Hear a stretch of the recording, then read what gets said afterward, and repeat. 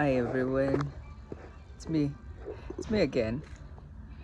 Um, Happily, it's my birthday today, um, and I can unashamedly tell you, I have turned 50. 50 years old. That's 5 decades of life. 5 decades. So you can imagine how much life experience I have. I have to impart. Um, today is a very good day. You can hear there's a celebration going on, so you can hear kids singing.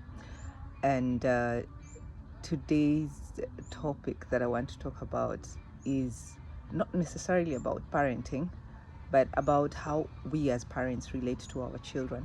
And for me, it's very odd because as a parent, you think you're doing your best for your child, or you think, oh my goodness, I'm providing everything that I need to provide.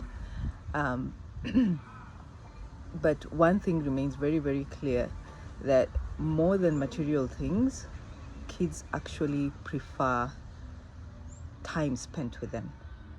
And the time spent should be quality time where where you actually have eye contact with the child, talking about what interests the child or how better you can be as a parent to the child. So it's a back and forth.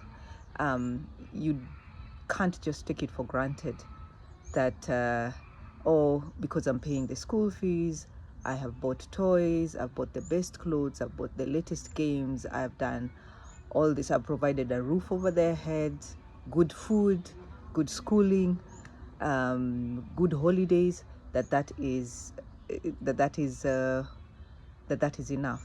Apparently it's not.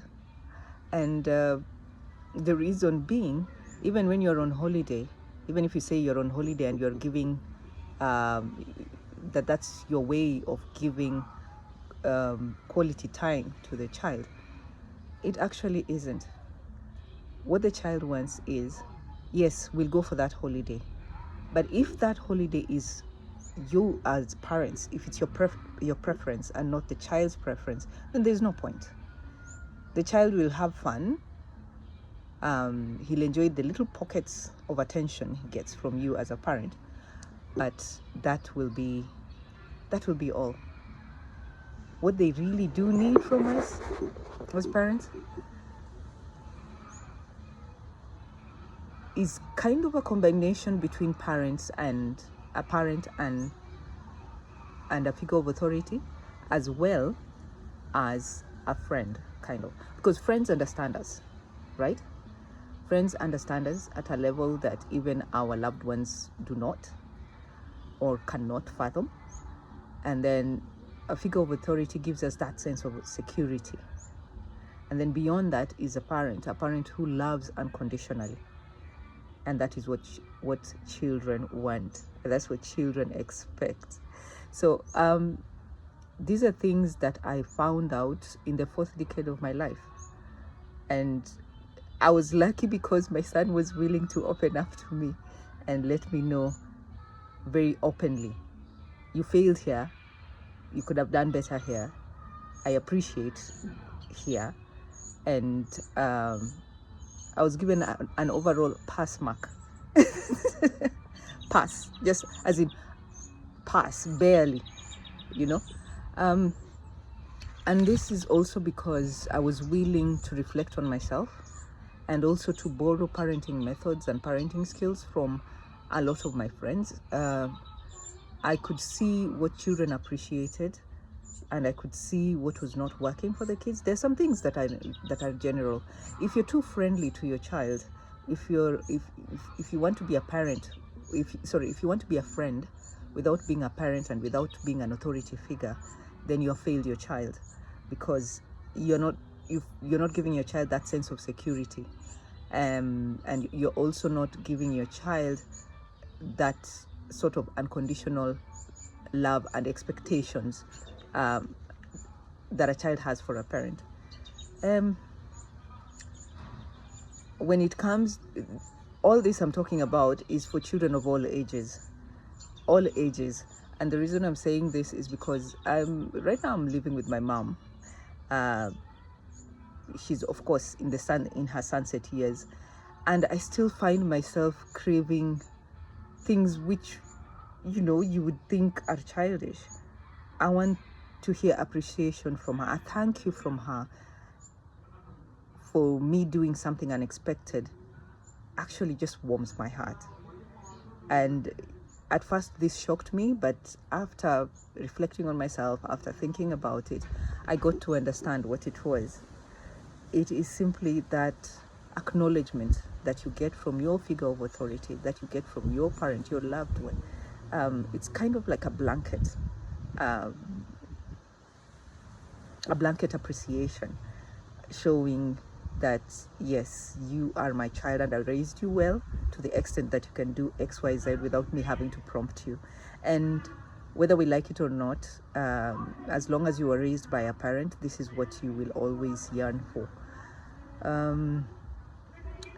The other item that I wanted to touch on today, still within the realm of raising kids, is to do with teenagers. Teenagers need independence. I remember telling my parents that, yes, I know you are pointing me in the right direction and I don't seem to be going in the right direction, but I also want to make my own mistakes. Yeah. My son told me the same thing, and the pain I felt and the frustration, I just sat down and I told myself, my God, the power of words.